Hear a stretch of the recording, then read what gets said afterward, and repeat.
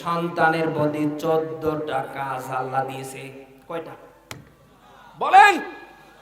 নবীজি বলেন মাতা পিতা উভয় মিলে সন্তানের জীবনে 14টা কাজ আছে।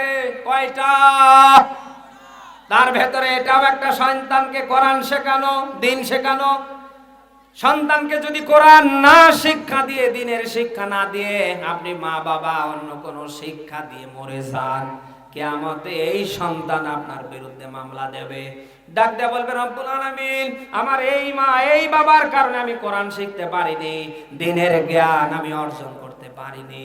আল্লাহ ওই মা ওই বাবারে আজ আমারে দেখিয়ে দাও। কথা কি শুনতেছেন? আল্লাহ তাআলা প্র্যাকটিক্যাল লাইফে আপনাকে ধরে তাদের সামনে দেবে।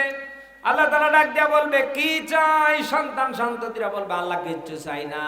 তাহাতা আকদামিনা লিয়াকুনা মিনাল আসফালিন। বলেন আল্লাহু আকবার। আপনার এই কলিজার টুকরো সন্তান সন্ততিরা ওই দিন বলবে আল্লাহ আজকে কিচ্ছু চাই না, জোড়া পায়ের লাথি দিয়ে ওই মা বাবা সহ জাহান্নামে যেতে চাই। প্রাণপ্রিয় নওগাঁবাসী, আমি জানতে চাই কিয়ামতে কি বাবা মা হিসাবে সন্তানের লাথি খেয়ে জাহান্নামে যেতে চান?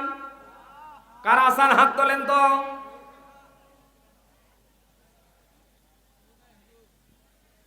কি বলছি আবেগ দিয়ে নয়, বিবেক দিয়ে কথাগুলি নেবার চেষ্টা করবেন।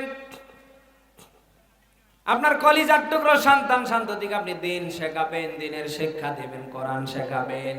পারত পক্ষে আপনার ইন্তেকালের পরে যেন অন্তত তারা দুটি হাত তুলে দোয়া করতে পারে।